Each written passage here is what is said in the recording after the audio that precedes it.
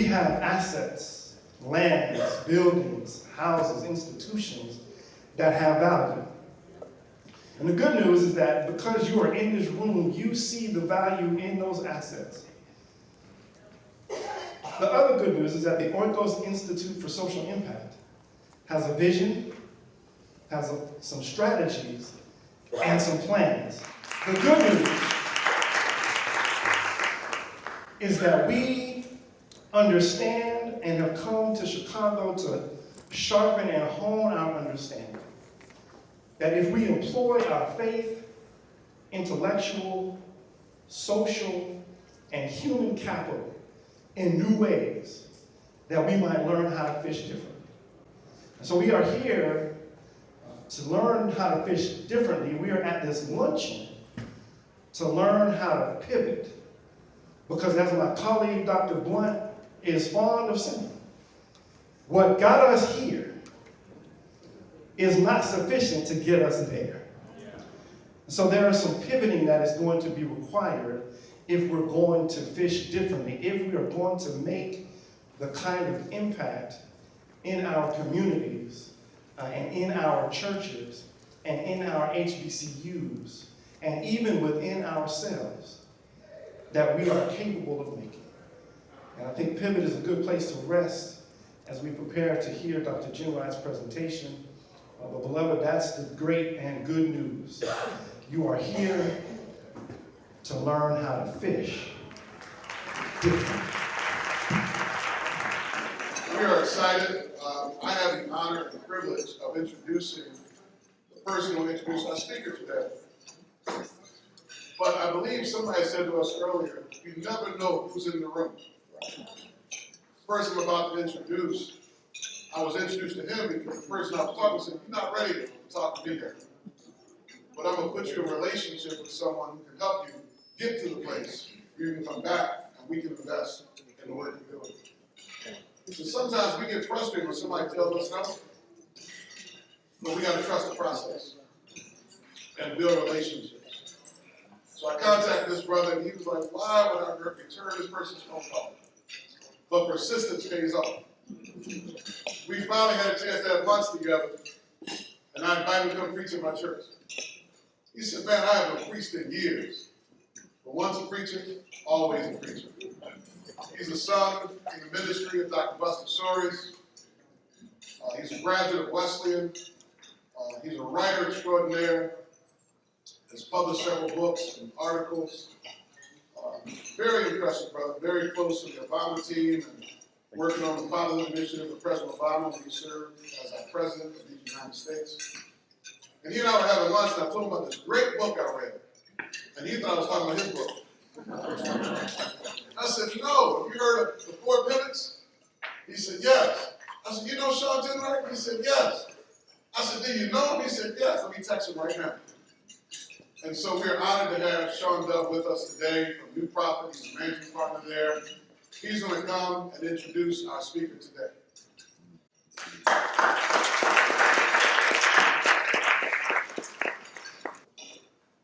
Good afternoon, family. How's everybody doing? Well. God, listen, I don't know about your first session earlier today. My lab was just really powerful, sharing vulnerability. You know, you say, Sydney, that sometimes you don't know who's in the room, but God was definitely in the room. And this is an honor to introduce my brother, Dr. Shawn Ginwright.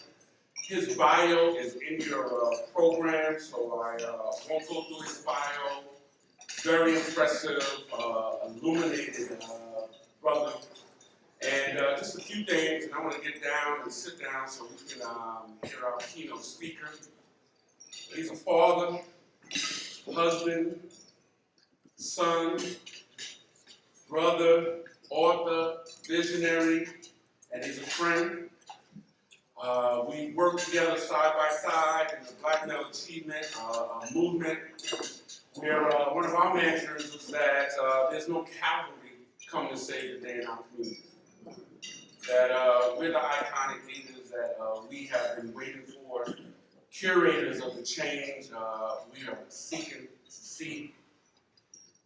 And Shawn Ginwright is a curator of love. He's a curator of hope. When I think of him, I think of a brother that is humble as a lamb, yet bold as a lion. And I gotta confess, throughout our time working together in the Black Mountain Achievement space, I would occasionally get called for speaking engagements. And halfway through the description of the event, I realized they don't mean Shawn Dove. They want Shawn Ginwright, right? And I was showing up and I was like, no, we want the other Shawn. Thank you for all that you do. One story, he's an ultimate storyteller, and your healing work and just changing just the language and the culture of working in communities. I remember one time, Shawn, you telling a story of being in a circle with young men and telling their stories about trauma. And one young man said to you, I'm tired of talking about my trauma. I want to talk about my aspirations and my dreams, and I am more than my trauma. And I know that helped your healing-centered journey, right? And he's a curator of healing spaces, but to me, he is a healing center.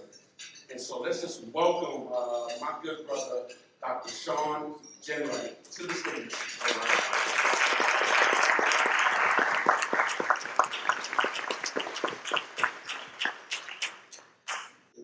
You know, it's kind of like church-ish, church adjacent. So before the preacher comes, there's got to be a sermonic selection. Last night, I failed to introduce our psalmist, our singer. He comes to us out of the tradition of the Church of God in Christ and the Apostolic Church. He serves on the praise team for Get Ready, T.D. Jakes. Amen. Somebody got me. T.D. Jakes always says that. But Albion Josiah is an accomplished singer. He doesn't want me to tell you that his voice is classically trained, but he's a son of the church. And so we wanted to share his gifts and talents with you, and I'm sure you will welcome him. So after he comes and sings, Albion Josiah from Dallas, Texas, will come and sing. By way of Chicago, he's native of Chicago, will come and sing, and then Dr. Shawn Ginwright.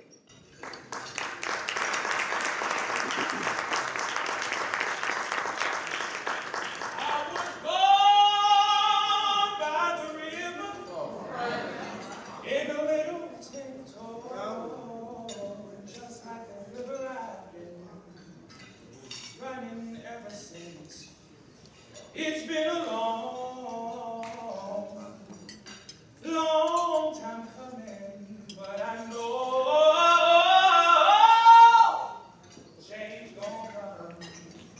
Oh, yes it will. Good afternoon. I have a track. Ready? Okay, are you ready?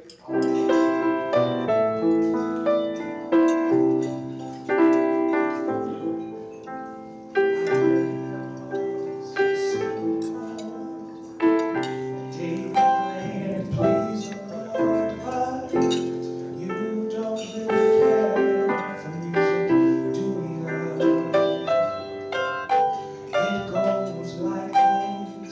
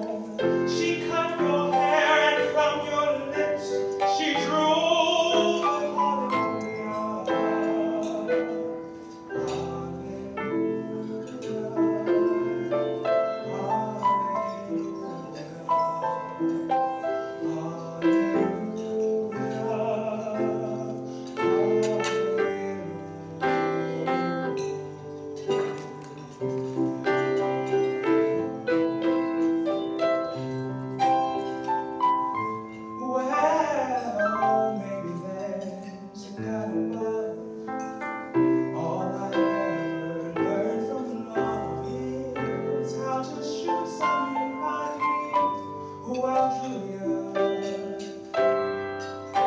It's not a cry that you hear at night. No, it's not somebody who's seen the light. It's a cold and a broken hallelujah.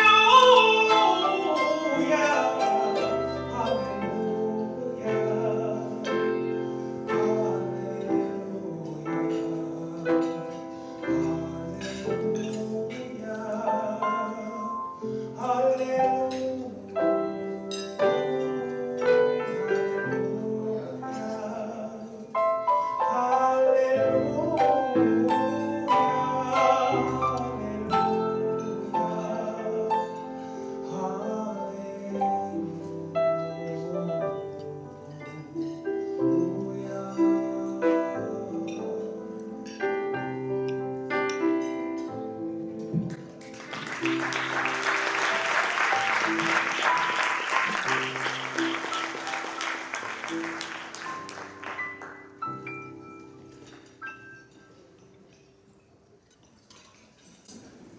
Y'all can do better than that.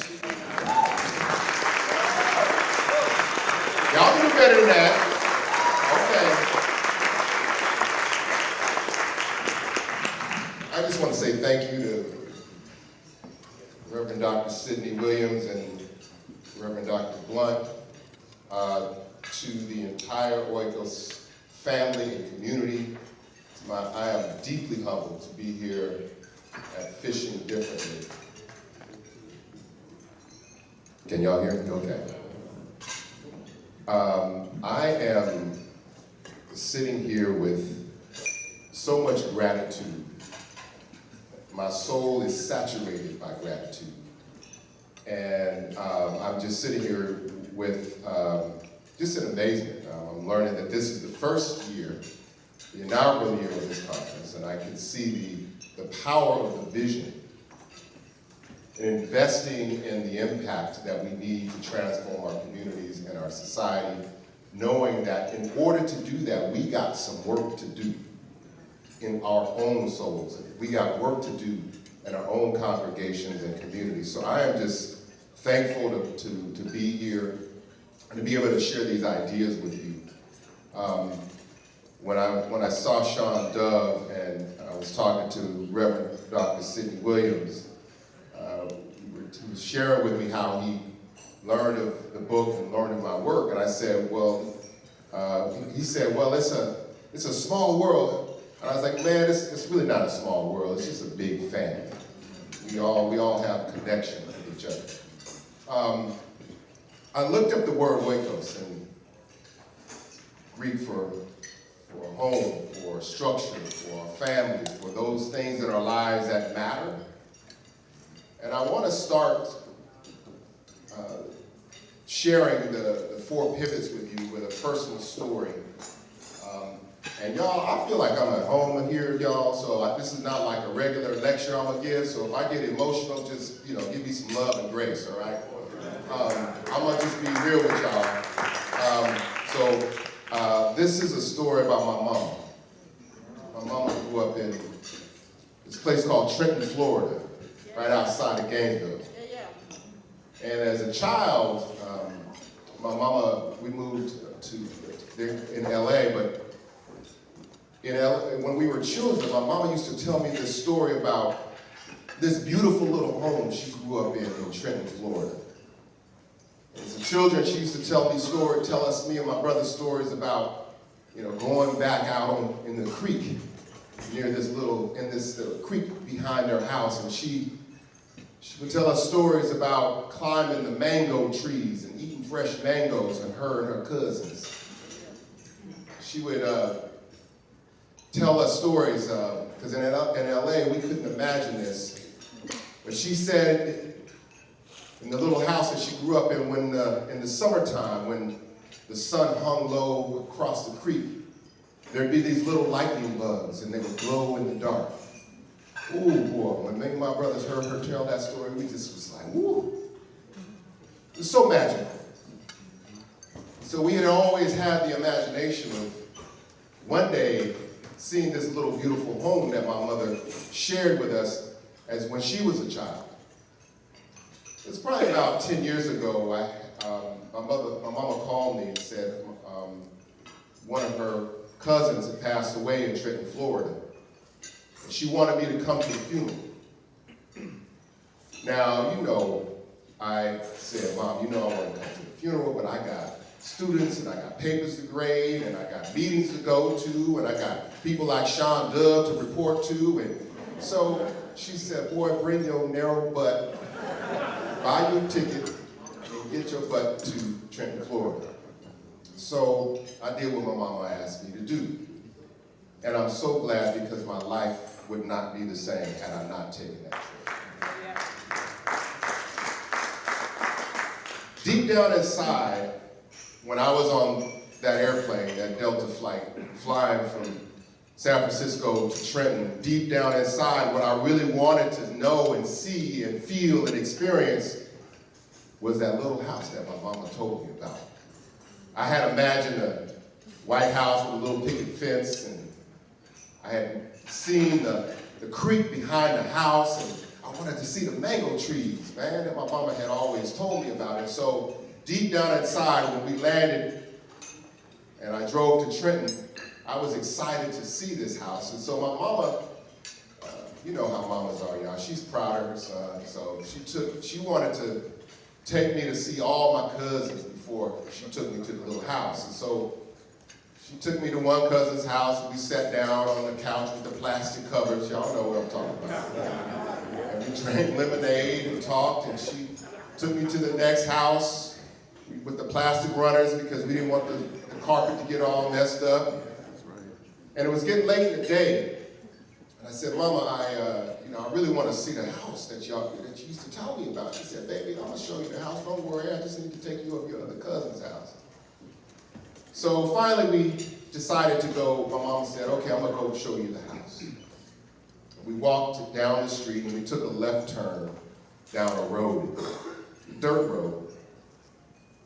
And for those of you in the South, you are so fortunate to have these trees that canopy the roads, and moss hangs down. And my mama and I walked in silence as we walked towards the house that I had always dreamed about. And as we walked in silence, I looked over to the left, and it was getting late in the day, and sure enough, I saw these little bugs, these little lightning bugs. And I got that same sense of excitement I did when I was a kid. And we kept on walking. And my mama said, okay, baby, we're here. We are at the house. And when I turned when I turned and saw the house, my heart dropped. See, it wasn't the house that I had imagined in my dreams. This is the house that I saw. If you could put the picture up, please. This is the house that I saw. It wasn't really a home at all. It was a shack. It was the first time I realized how poor my mama had grown up, y'all. See, she never told me stories about poverty. She had never shared stories about there were no rooms in this house. She had never shared stories about how she had to sometimes, her and her sisters had to go without shoes. She never said that to me. So the first time I saw this house, my heart dropped. And I started to cry, right? And I was very full emotionally. I'm like, Mama, you didn't tell me. But my mama saw something entirely different, y'all. She was happy. She started to smile like a child at Disneyland. And she took my hand and walked me into that house, and she began to, like a child, began to explain things in the house. Like she showed me this ring that was on the floor. And she said, see, son, this is where we used to keep the number 10 tub. And I was like, just like y'all, who in here knows what a number 10 tub is? Okay. Most time I say that, folks don't know what a number 10 tub is. She said, I was like, Mom, what's a number 10 tub? She said, oh, baby, this is where we used to take baths, see?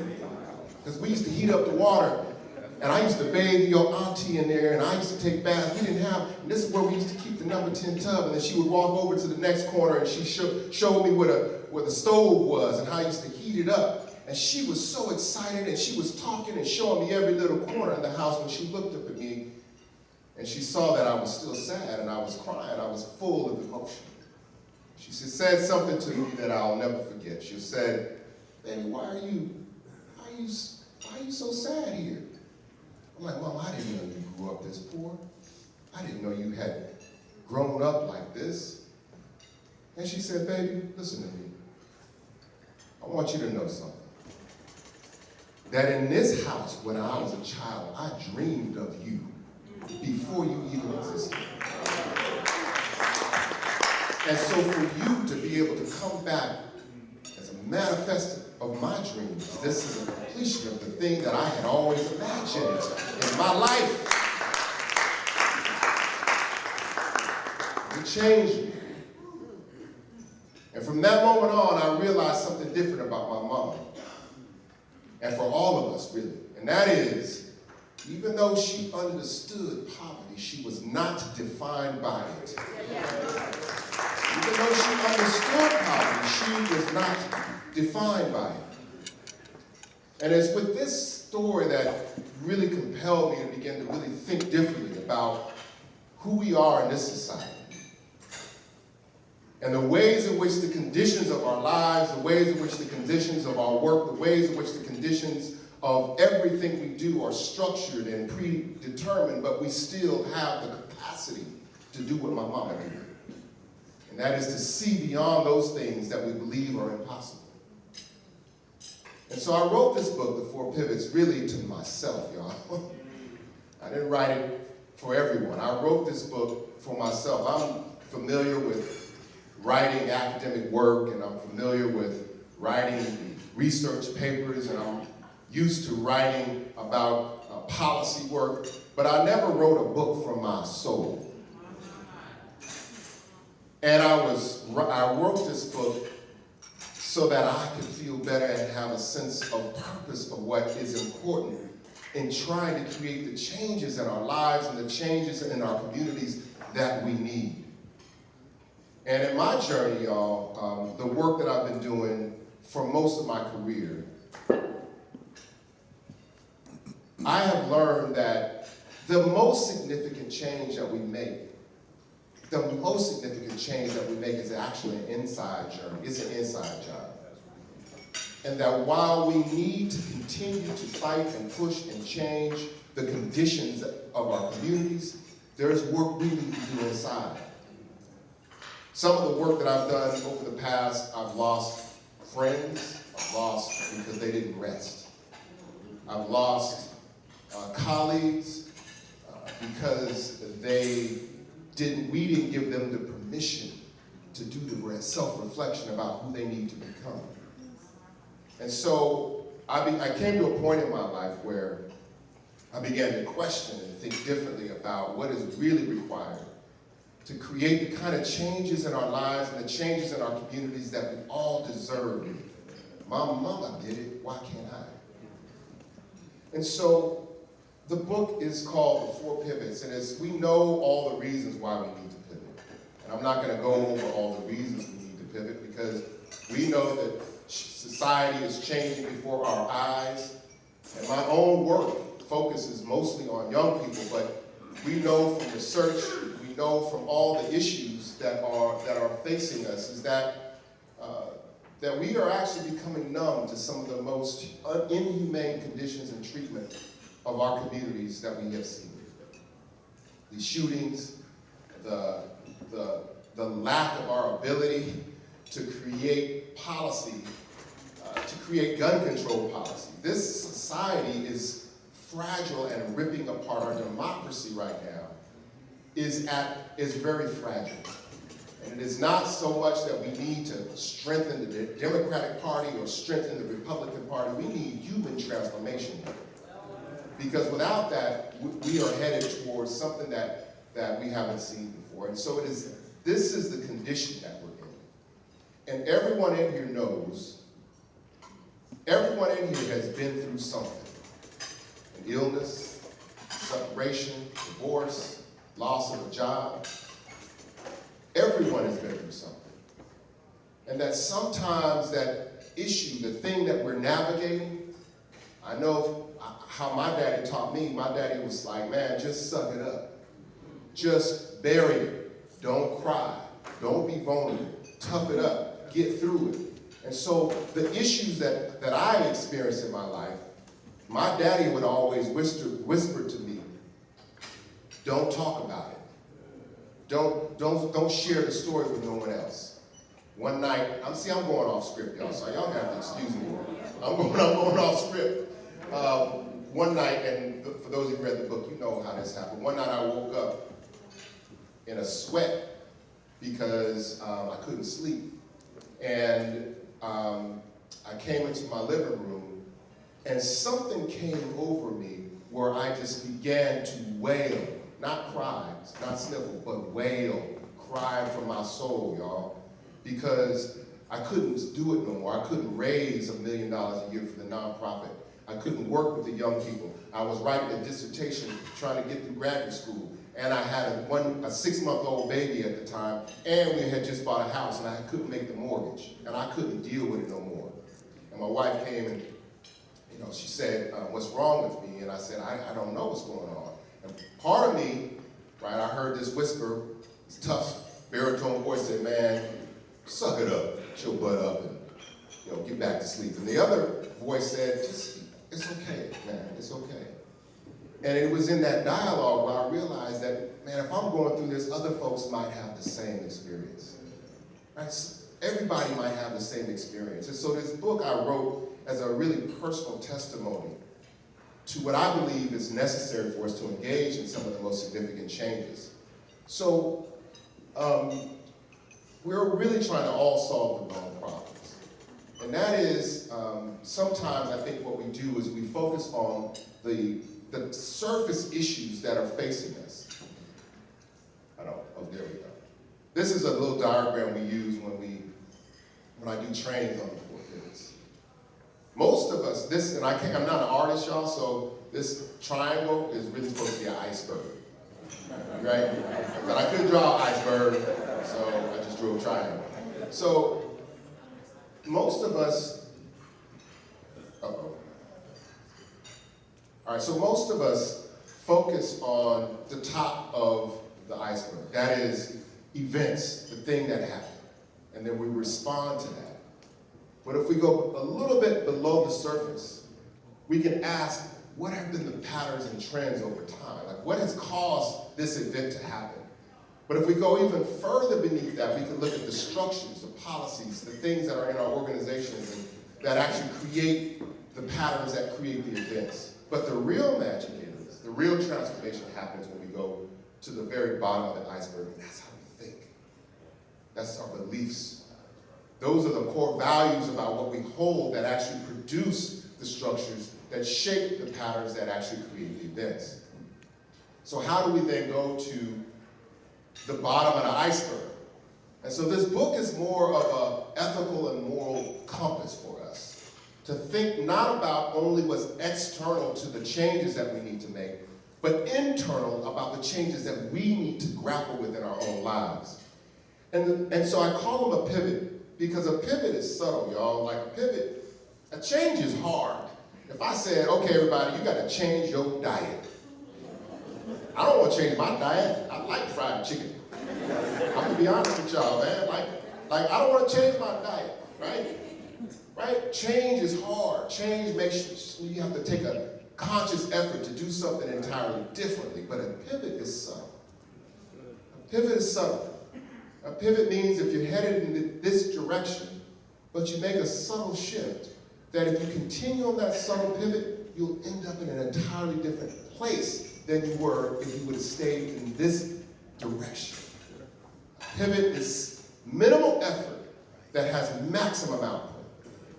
Minimal effort with maximum output.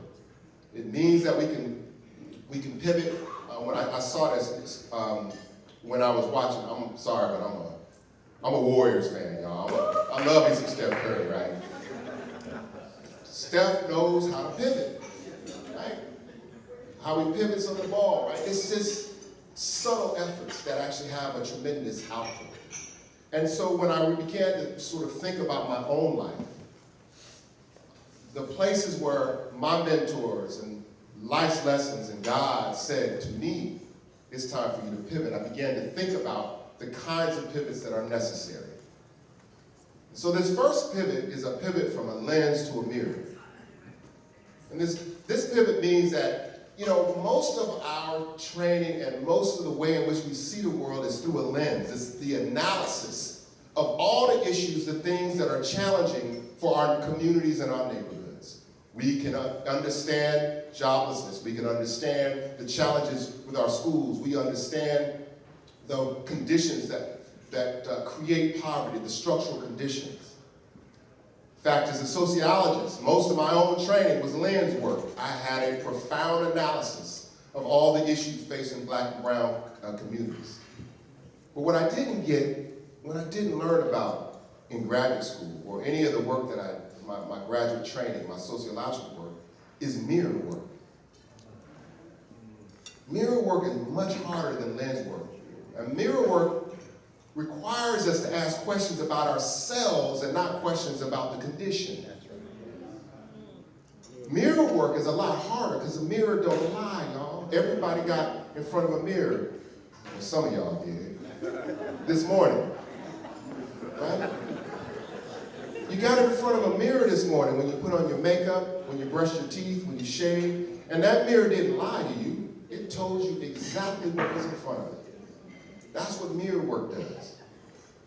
Mirror work reveals our fears, our insecurities. It reveals our traumas. It reveals those things that we don't want to talk about. But mirror work, when we do this, it allows us to be much more healthy and much more powerful in the work that we want to do. Mirror work is scary. But most of the time, this is how we think about mirror work. How am I supposed to lose weight if everything tastes good? It ain't my fault. I like that chicken and donuts. And in other words, we might be asked questions about mirror work. Like, you know, how is my own reflection in mirror work going to change this condition? How is this mirror work and self-reflection going to change anything that I'm trying to engage in? But mirror work allows us to tap into the truth. Those things that we've been hiding from ourselves. And it's scary. It is so hard to do mirror work. I know that my own reflection on mirror work largely comes from my relationship with my children, right? About my relationship with my son and the relationship with my daughter and my wife. Because they are the mirrors in my house. They tell me everything, right? So sometimes it's important to have folks in your lives that force you to ask questions like this. Who do I have to become to create the outcome that I want? Brother Ben McBride, in the book I talk about, he said that oftentimes in our work, we ask the wrong first question, which is, what do I need to do? And then he said that's the first wrong question. The first right question is, who do I need to become? And his point is that sometimes we can't produce the thing that we want in the current versions of ourselves. Let me say that again. We can't produce the thing that we want in the current version of ourselves. We still have the traumas to heal from. We still have the insecurities to heal from. And sometimes we can't do what my mama did, which is to see beyond the condition that is in front of us. But mirror work allows us to wrestle with, to saturate our souls and our imagination in ways that allows us to transcend. My experience with mirror work came with a community that I was working with. And this is the first time I've talked about this publicly, so y'all just excuse me, in North Omaha. And I was invited by this foundation to come and work with, these were about 12 Black-led organizations. These are leaders in North Omaha. And the reason that they asked me to come is that those organizations weren't working well together.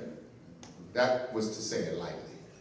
And there was actually a lot of conflict. There was a lot of conflict. And my first community meeting, there was folks cussing each other out. I'm being real with y'all, right? You got that grant, you don't deserve it, you ain't doing the work. Y'all know what I'm talking about. So they wanted me to come in to do some healing. And I'm like, man, they ran me out of there. I'm not trying to, I don't know if I can heal this. But we went back to North Omaha. And we introduced to them, it's not, they said, you got to do capacity building in these organizations and teach them about their budgets and teach them about how to write a grant and teach them about how to have a strategic plan. I'm like, that ain't the problem here. The problem here is that they haven't done the self-reflection. And so we introduced the first pivot. One of the things that was common in these community meetings was, well, we ain't gonna never be able to do that. You did this, and this was gone, and we ain't gonna never be able to get this grant. Y'all feel me, right? It was always the analysis and the outward look. And then we introduced this concept called mirror work. And we sat them in a circle, and we asked them questions about who they are. We asked them about their childhood. And we asked them to actually tell us about their childhood, like my mama used to tell us. And in their childhood, they shared stories. And then we brought them to stories about their current condition. And what we found out was that the funding in that neighborhood, there was one funder of probably 20 organizations. And the way that they did the funding was they dropped it in and made them compete for it, fight over it. And they didn't realize that because they hadn't done that mirror work. The reason I don't trust you is not because I don't trust you, it's because of the structure of how the funding was placed. Y'all feel me here? So we worked with them, man, deep soul work, man, and it was like lots of tears and lots of anger. And it took some time, but we introduced these 4 pivots.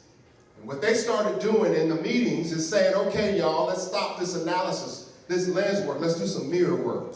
They used the term.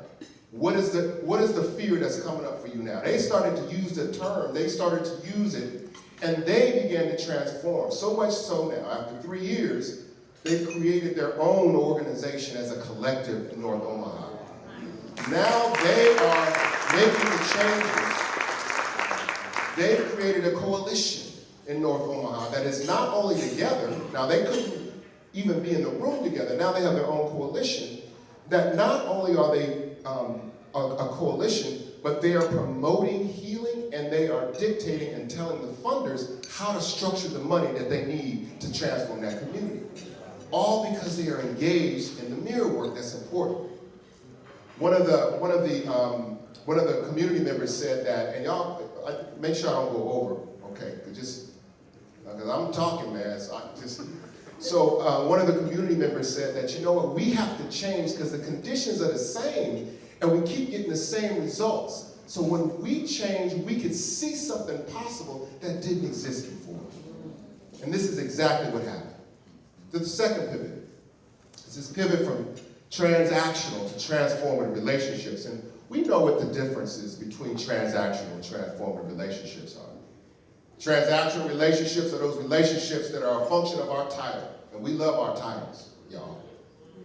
I'm a professor at Harvard now, and the students come up to me and go, you know, Dr. Ginwright, and you know, Dr. This, and they introduce me as the endowed chair this and all this. And I say, well, you know, my mama didn't name me the endowed chair. My mama named me Shawn, so y'all can call me Shawn, right? But the transactional relationships, the roles are defined by our role or authority or position or title or function, and those are important and efficient for change. But we also need transformative relationships. And those relationships are built on vulnerability and trust and intimacy and transparency and care. And we all have these kind of transformative relationships in our lives. You all remember when we went through COVID, right? It was those transformative relationships that allowed us to actually be able to sit here right now. I was doing some work in, this is a neighborhood in North Richmond, in California. California called North Richmond. The brother that started a program there began to use transformative relationships to address the growing amount of violence and gun violence that was happening in the neighborhood. The North Richmond said, we're going to lower gun violence if we hire more police officers and spend millions and millions of dollars. My friend, y'all might know, Devon Bogan, said, you know what, I can lower gun violence in this neighborhood at a fraction of the cost by cultivating transformative, loving relationships with young people who carry guns. And so when he started the program in North Richmond, I went to go look for it. I went to look at the program, and he started the program with these principles. And I'm not going to read them, but the last one is the relationship is the intervention, and the intervention is the relationship. In other words, if I can create caring, loving relationships with these young boys that carry guns, maybe that relationship can actually transform the decision to use the gun. So when I went to look at the program, it didn't look like much. In fact, I was like, Devon, man, these brothers ain't doing nothing but hanging out on the corner, bro. You know what I'm saying? And so I listened, and what he trained these older men, these were men that were from the community. And y'all know when folks are from the community, from the neighborhood, they're not just living there. They can do a genealogical sort of survey of where you or who you are, where you're from. It's like, oh, your last name Jackson? Oh, you Stephen Jackson's son? Oh, you mean I went to high school with Stephen? So they were able to locate and understand who their people are because they're from the community and had that relationship. But it didn't look like much. So when I listened, I realized that Devon had trained them to do three things, to say three things to these young men. Hey man, I want you to be alive and free.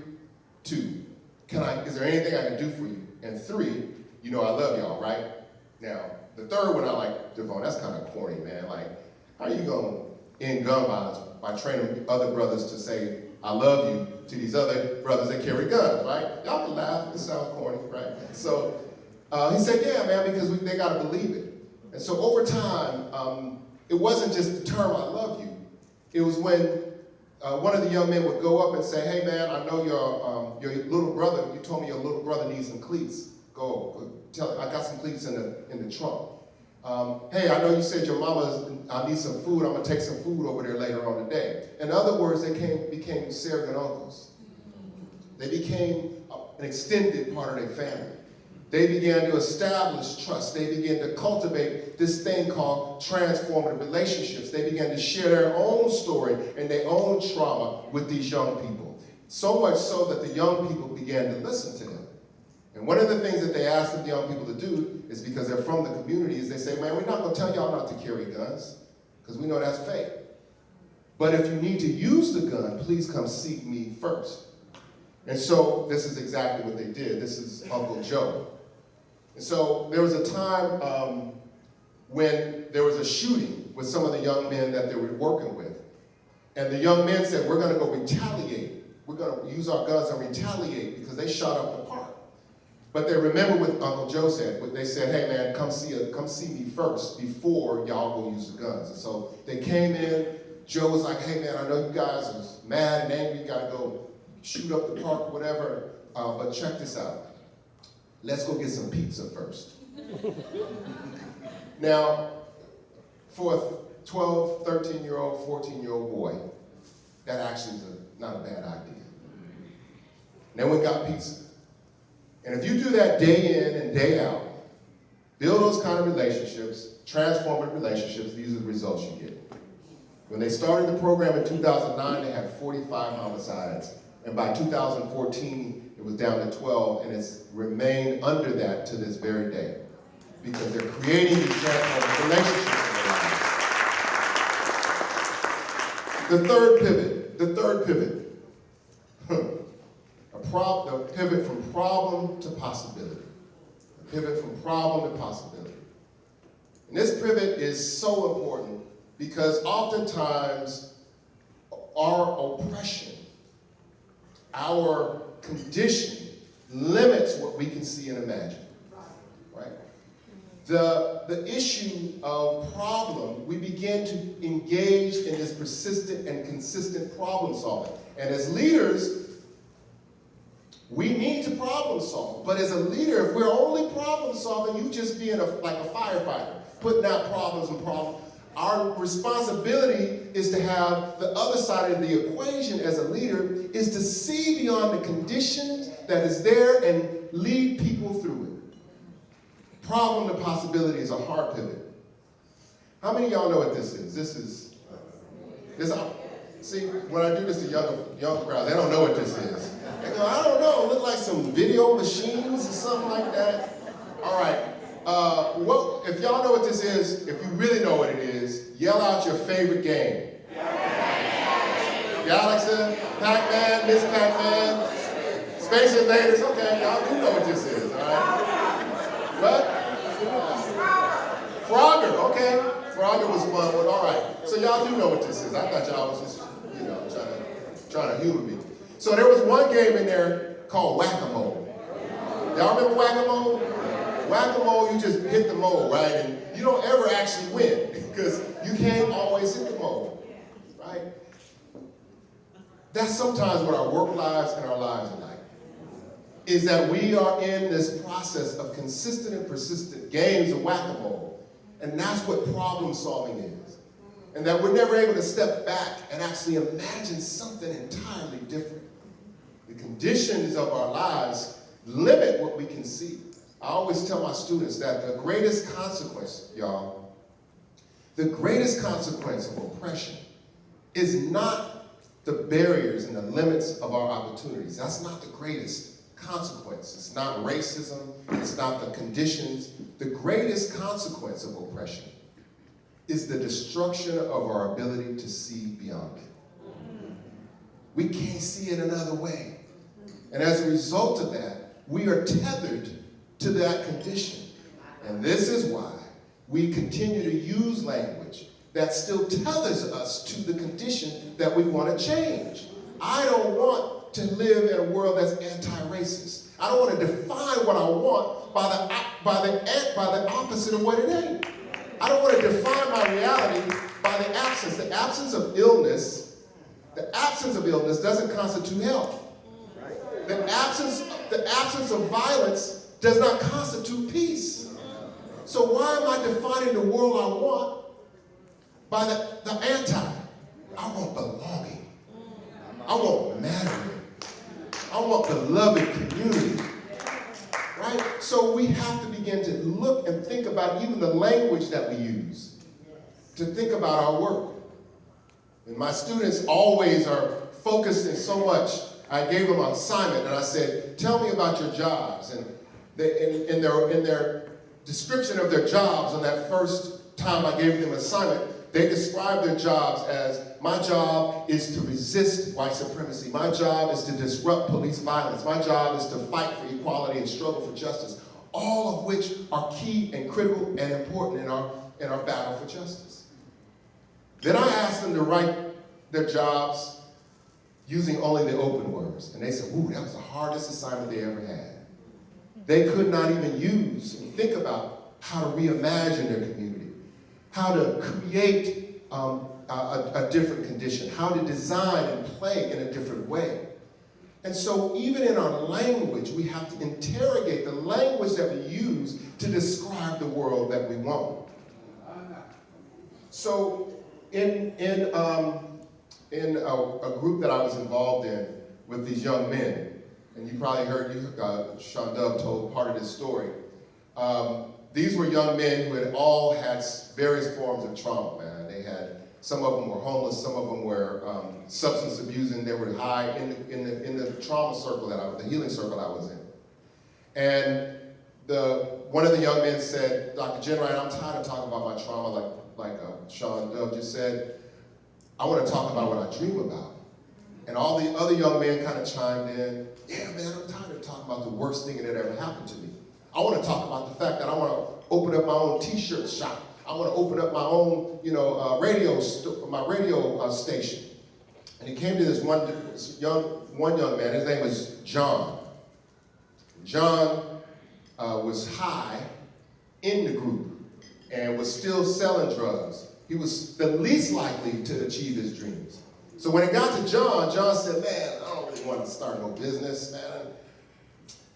Dr. G, man, all I really want to do is be a firefighter. And all the other young men kind of like, John, man, but first you gotta stop using the drugs, bro. I mean, firefighters don't go to work high, man. And I was like, y'all, everybody deserves a dream, man, or whatever. So I worked with those young men for a couple of years, and I gave them my phone numbers, and from time to time, I still hear from them. I think this was actually the last time I was in Chicago, which was probably like 3 or 4 months ago. And I was doing a keynote like this, and I had a flight to catch after the keynote about a couple of months ago. So I hopped into the taxi, headed to the airport, and I got a text message from John. It said, I should have taken a screenshot of it. He said, hey, Dr. G, how you doing? I said, I'm good, John. How you doing? And this is the image he sent back. That's John. That's John. John is a firefighter in Oakland with a beautiful family and children. The thing that he imagined and he dreamed about, he actually was able to achieve. So sometimes, y'all, the power of what we can dream about is so irresistible and so strong that the universe wants us to have it. And sometimes that muscle, right, it's not a natural muscle. Our muscle in this society tells us to only focus on the thing that is. But we have to work hard, not only at our own capacity to dream and imagine, but also to cultivate that in the ability of others to do the same. The last pivot is a pivot from hustle to flow. And I struggle with this pivot because my daddy hustled. My daddy worked multiple jobs. My daddy worked in the daytime at a factory and he painted cars at night. He hustled to put money on the table. But I'm not talking about that type of hustle. So my wife, I called it first frenzy to flow. And she said, yeah, frenzy don't really, they don't really go together. Hustle to flow make more sense. But this is the idea that we live in this society, this capitalist society that tells us that a human being is valued by what a human being can earn or produce. And that we all in some ways subscribe to this idea because we have a sense of gratification sometimes when we're busy, right? Like if I saw Shawn Dove like a couple years from now, I might go something like this. Hey Shawn, what's up, man? How you doing? Man, I'm doing good. I'm doing good. Like, I got this new position at this new foundation, and I'm also a coach here, and I'm getting my real estate license too, and I'm doing another book, and it would be like, man, I'm so busy, and I would do the same. Well, you know what, man, I'm doing this. We would also have an exchange of how busy our lives are, because what that signals is that I matter. We believe when we're busy, we matter more. Imagine someone saying, you hadn't seen in a long time, girl, how you doing? And she says, I'm doing great. I'm not doing much at all these days. In fact, girl, I'm gonna leave this grocery store and I'm gonna go take a nap. Right? Y'all probably be like, okay. Right? Because that's not how this society has conditioned us, that when we're busy, we matter. Now this is unique to this society, Western society, because you can go to other places where we're closer to the equator that have things like siestas. Take time during the day, in the middle of the day, to slow down the pace of life, to spend time with family. This is not what we do in this context here, in this context called North America, is a very unique condition that we have digested, and it has in many ways become toxic to our well-being. We eat it, small doses of it every day, this notion of busyness. And it is not until we are forced to slow down, to do the deeper reflection, to have some intentionality about the quality of our time and not the quantity of our time, that we begin to heal ourselves and actually move into a place of justice that has always been meant for us. My own experience with this idea came from on March 16, 2020. I think y'all remember what happened.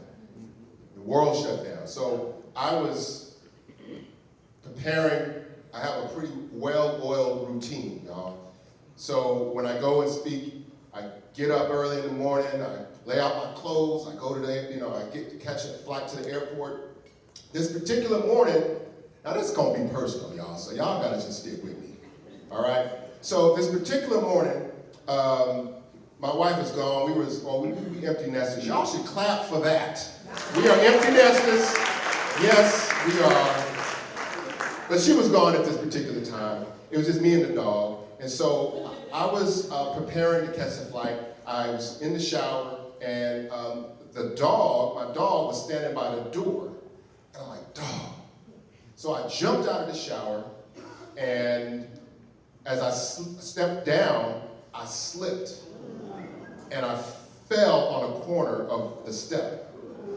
And I was like, oh, Lord, have mercy. I was just down, I couldn't move. And as I tried to move, my body said, sit down, you ain't going nowhere. And I'm like, my mind was like, I got a flight to catch. And so as I looked up, this is what I saw. Now, my dog ain't Lassie. Y'all remember Lassie? My dog ain't Lassie. My dog don't talk. My dog don't go call nobody. My dog gonna be like, there's trouble here. No. This is what my dog was doing, like looking at me like I still got to go, and I got to get outside the house and go pee. But I couldn't move, y'all. I couldn't move, for real. I couldn't move. So I didn't know what I was gonna do. So somehow it took me 20 minutes to crawl to my side of my bed, and I got my phone, and it was just like 6 in the morning. I called my wife, and she said, what's wrong, baby? And I was like, I can't move. So she called the ambulance. The ambulance came and got me. They took me to the hospital, and they did x-rays. They saw that I had fractured 3 ribs and cracked my vertebrae in the back.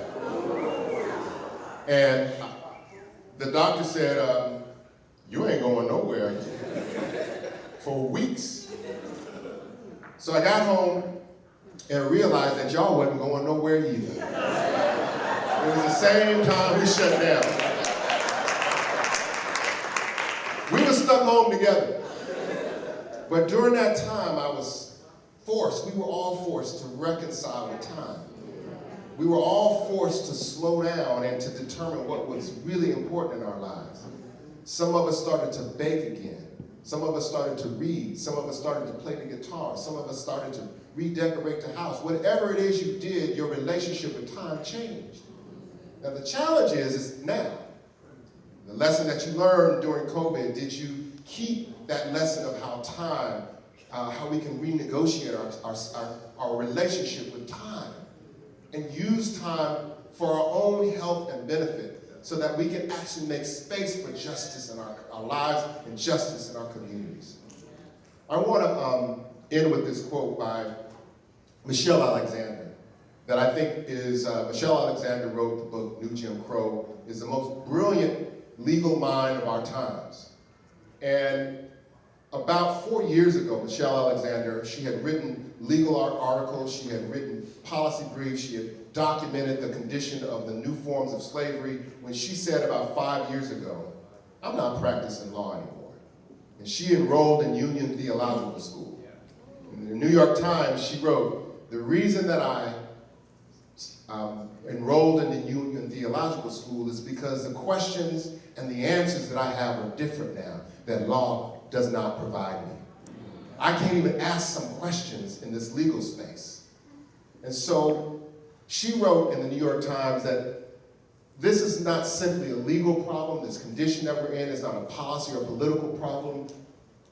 The challenges at America's core raises profound moral and spiritual questions about who we are, who we aim to become, and what we're willing to do now. I hope that the 4 pivots compels you, each of you, to make those pivots and change so that we can actually become the courageous fighters for justice that we all deserve. Thank y'all so much. Appreciate it.